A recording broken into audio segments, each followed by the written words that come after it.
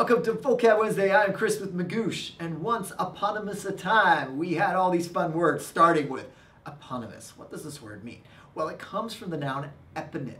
An eponym is a word that is derived from a person's name, which is very interesting.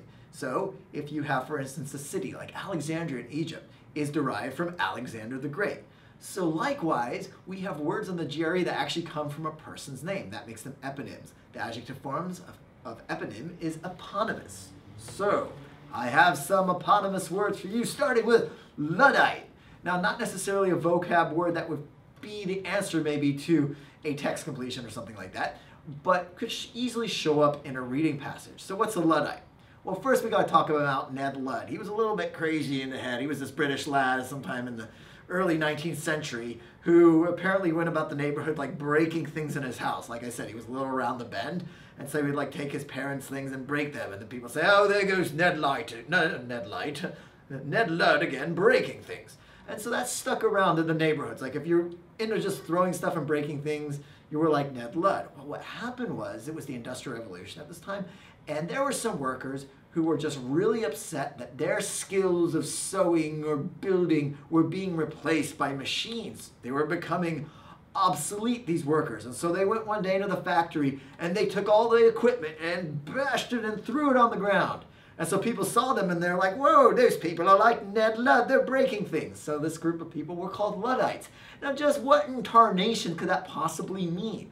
Interestingly, a Luddite is a person who is very and vehemently opposed to technological change and progress. So if you have a friend who says, I don't write or use email, I only write letters, I hate the computer, it's destroying us all, that person is a Luddite. They are not embracing technological change, and metaphorically, they're picking up the computer and throwing it on the ground. So there you have our first one. Next one, we're going to go way back in time. I'm talking 7th century BC, Athens. My name is Draco, and it's time that we have a law. No more of this blood feud. Do you understand me, my fellow Athenians? Here is the law now. Oh, they nodded their head. I like this. There's a little bit of, justice, if you will, here. A system. Things seem logical. Well, Draco took it way too far in terms of punishment. So, for instance, if you went into the marketplace in Greece and you stole a cabbage, oh, a purple cabbage, and you were caught, the punishment was death. Crazy. And so what does this word draconian, what could it possibly mean? Well, it could describe any punishment that is far too severe, way too strict. How could they possibly do that? Just because the person, went out late at night, didn't obey their curfew, he's been thrown in jail. That is draconian.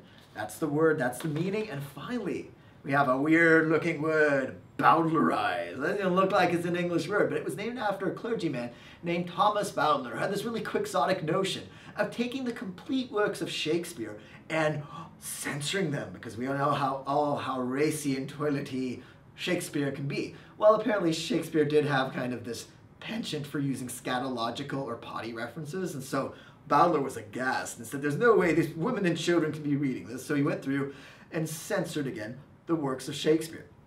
So to Bowdlerize something is to remove objectionable material, usually in a way that's overly morally principled. And this is also related to a very good GRE word, which is expurgate, E-X-P-U-R-G-A-T-E. That's 2 for the price of 1, and I will see you next week.